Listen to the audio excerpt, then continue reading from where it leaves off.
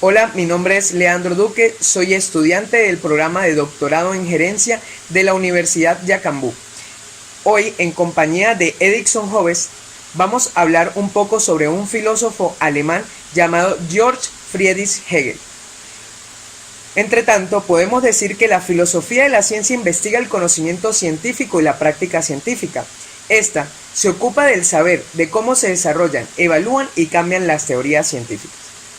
La ciencia es capaz de revelar la verdad de las entidades ocultas, es decir, de lo no observable y de los procesos de la naturaleza.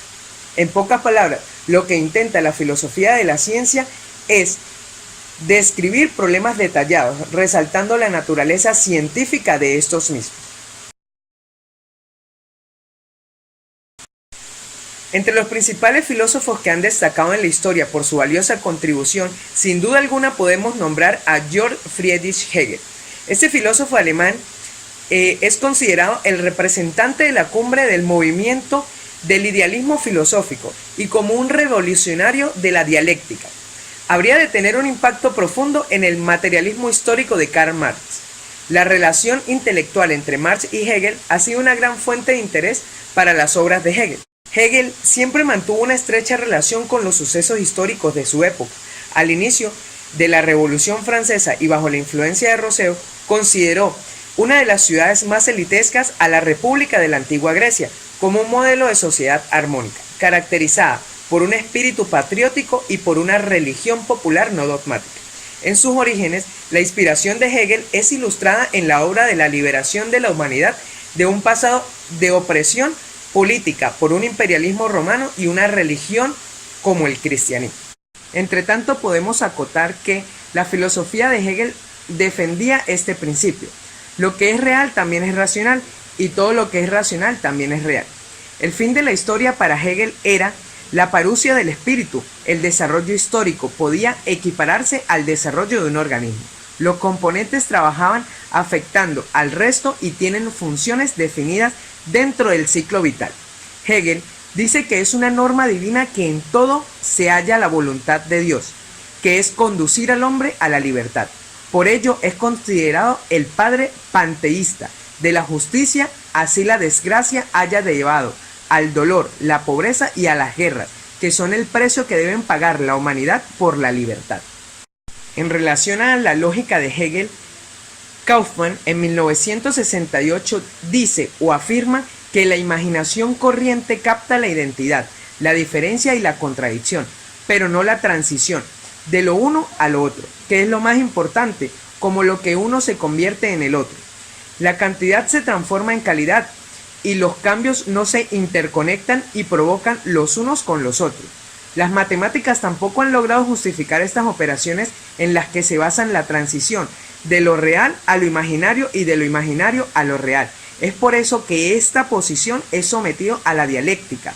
Seguidamente se presenta la postura ante la estética de Hegel. Según George, en 1981, Hegel, antes de analizar lo bello de lo artístico, Hegel refutaba algunas objeciones que catalogaban al arte como indigno de tratamiento científico.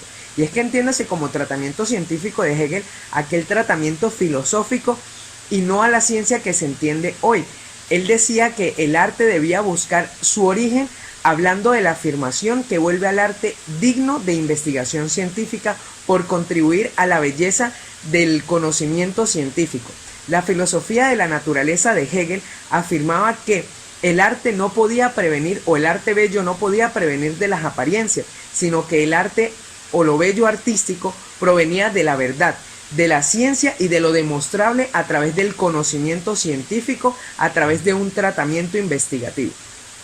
A continuación, los dejo con mi compañero Erikson Hoves, quien va a hacer más aportes a la vida científica de este gran filósofo como es Georg Friedrich. Gracias, Leandro. Posteriormente, el eurocentrismo, siendo Hegel un fiel defensor irrestricto del espíritu germánico, que acompañado del cristianismo sería lo más avanzado de la humanidad en esa época, entrelazando las estructuras de la realidad, el conocimiento y la dialéctica. En cuanto a la estructura de la realidad, la filosofía de Hegel estaba inserta en el marco filosófico muy preciso en relación a la estructura del conocimiento, las características del dialecto de una filosofía hegeliana tenía igual alcance en lo que se refiere al conocimiento del saber, al saber de un conocimiento dialéctico o al método dialéctico. En relación a la estructura dialéctica, hemos visto que para Hegel la dialéctica no se limita a ser un método de conocimiento, sino que va un poco más allá. A todo esto, Artola indica que Hegel intenta comprender dialécticamente lo que ha sucedido en la historia y para ello somete y contrasta su armazón doctrinal con los sucesos históricos de la época. Aunado a esto, Findlay habla de una visión racional de la historia, en lo que Hegel manifiesta que la razón rige el mundo y por lo tanto la historia ha transcurrido racionalmente. Entre los aportes significativos de Hegel se encuentran el marxismo, comunismo y socialismo, el cual fundó en colaboración con Karl Marx, la teoría marxista, la teoría del socialismo, la teoría del comunismo moderno, la filosofía del materialismo dialéctico e histórico y la economía política.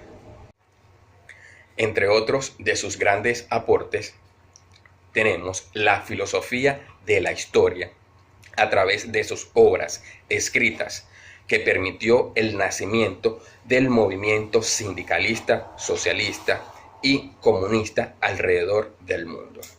Entre sus principales obras escritas destacan La Sagrada Familia, la ideología alemana, el Manifiesto Comunista, el origen de la familia, la propiedad privada y el Estado, los principios del comunismo, el capital, la dialéctica de la naturaleza, la fenomenología del espíritu, la ciencia de la lógica, la enciclopedia de las ciencias filosóficas, elementos de la filosofía del derecho, entre otras, las cuales fungieron como base fundamental para el desarrollo de otras obras escritas por otros autores. Otros de sus grandes aportes son la reivindicación de la clase obrera y trabajadora y la creación del periódico alemán en el siglo XIX en colaboración con Marx.